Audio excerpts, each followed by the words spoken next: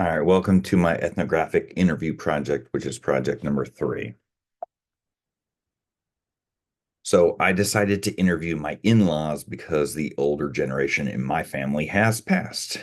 They both agreed to do this interview, and I feel their different cultural backgrounds would be beneficial to this assignment. So my first subject was my father-in-law.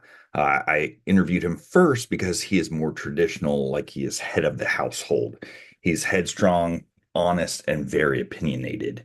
And he was born in December of 1960, just to give you an idea of how old he is. So I asked him question number 1, can you tell me about your childhood and what it was like growing up? He said he lived in a good environment. He was around relatives and parents. He was well-rounded, didn't experience tragedy or hardship throughout his um, childhood. His mom stayed at home while his dad worked. Um, he was the only child until he was 4 years old, when his brother and sister joined the picture. And I did all of these interviews over the phone, so I only got to any observations was all just vocal. So he always asked for questions to be repeated, and he wanted to answer them completely incorrectly. He was calm, collected, and thoughtful throughout the interview. Um, but there was zero emotion for the rest of all of his questions. So on to question number 2. Were your family's expectations for you when you were young? He had to behave himself, grow up, go to school. He was never forced to go to college. He had open-minded parents while growing up. He just had to take care of the basics and stay out of trouble.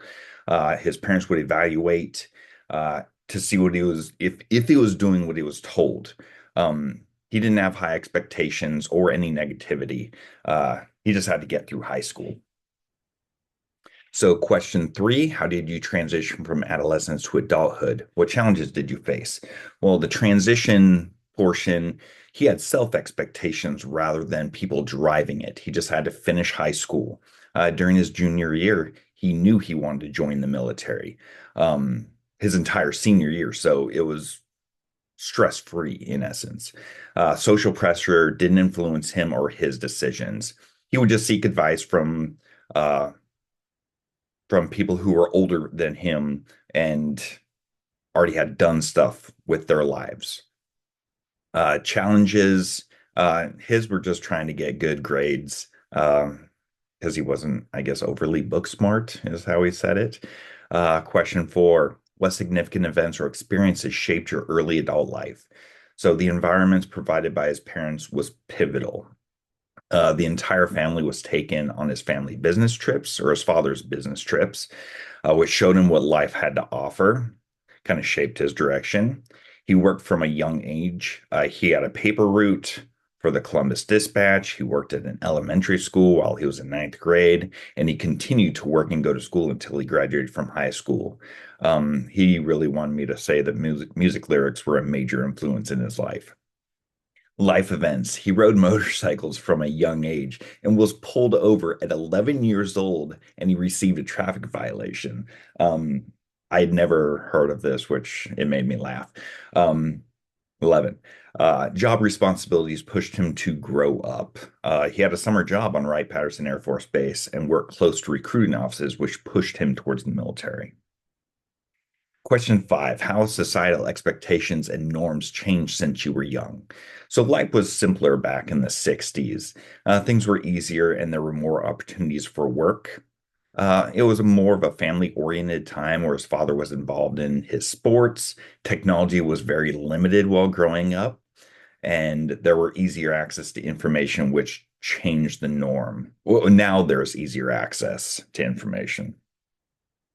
Uh, a digital world has replaced actual newspapers. Values have stayed relatively the same. However, more access to information and or technology has increased the access to negativity and changed the norms.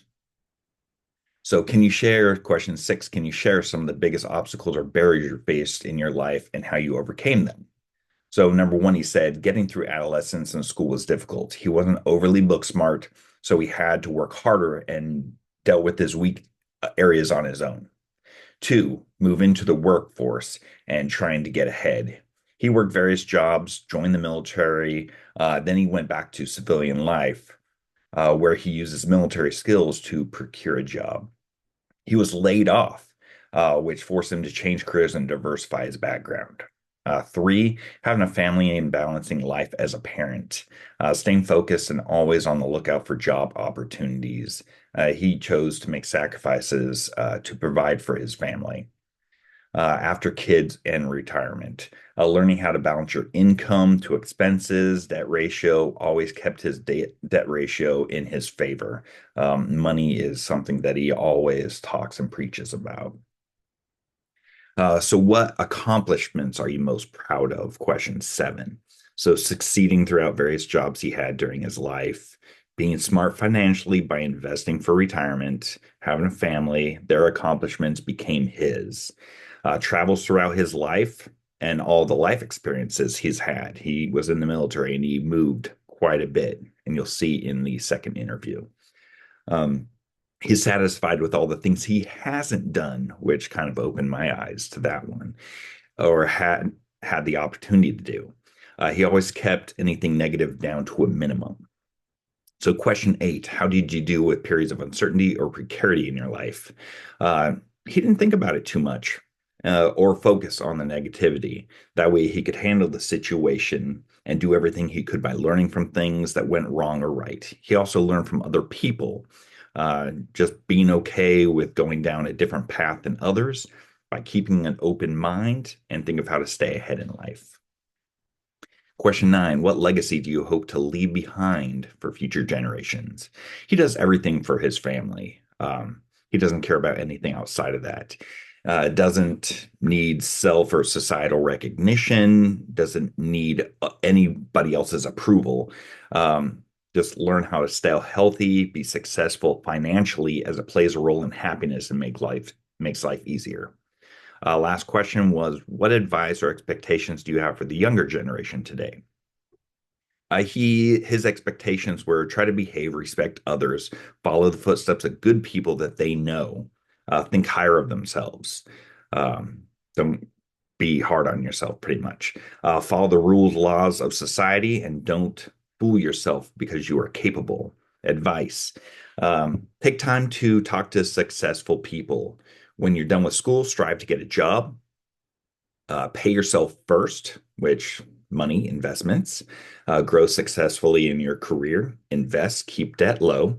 Don't expect handouts. Work on getting what you want in life and take advantage of the opportunities that others have provided.